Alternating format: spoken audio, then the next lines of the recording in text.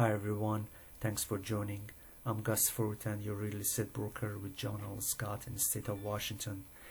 One of the viewers of my last video in the housing update series videos asked about months of inventory. So I thought I'd put together a short video on the topic, briefly explaining what it is, but more importantly talk about why is a measurement that I look at and what it shows.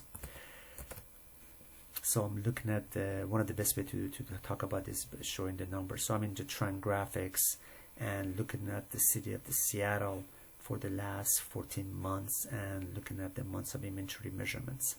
Months of inventory is a ratio of the number of housing and the houses in the market that to be sold compared to the number of the houses that have been pending or they were sold in that same time period.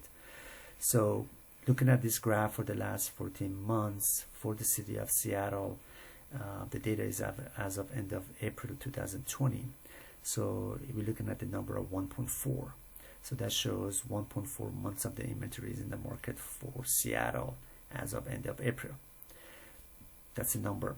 So the importance of it is if I compare that number to the same time period last year on April 2019, before the COVID-19 and the same time frame, the number is again 1.4, so it's the same value.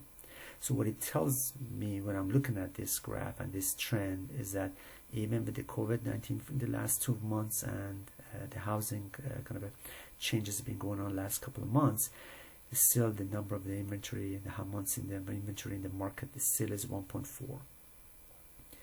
In from the numbers perspective, anything less than 3 months is considered to be a seller's market, and anything above 6 months it's considered to be a very strong buyer's market, and between 3 to 6 is more of a neutral market. So why is that important?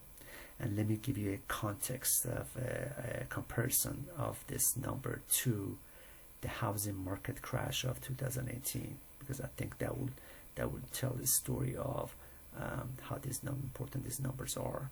So I'm looking at the same graph, same data points for the last 15 years on a quarterly basis, and here are the results. So if I go back to 2007, 2008, 2009 time frame on the housing market crash, look at this number for house of inventory. It's almost close above 7.5. It's close to 8 months of inventory during that time period, and see how high these months were during the crash at that time. And then since then things been coming down, and this is where we are at right now at the end of the April in 2020. So it's a great indicator, is a number I use often, and when I'm talking to the buyers and sellers in terms of talking about how we want to strategize from putting a house in the market or looking for houses. So if you like the content, please like the video, subscribe to the channel, and if you have any questions or comments or anything that you want me to cover, please write a comment below. And for the folks from the state of Washington, please send me an email or call me. I'll be more than happy to help you with your real estate needs. And anybody is watching this from outside of Washington state, drop me a line. I'll be more than happy to make referrals and connect you to some few good agents in the different states that I know, and they'd be more than happy to help you with some of these and some of the analysis that I'm going through right now myself. So with that, thanks again, and see you soon in the next video.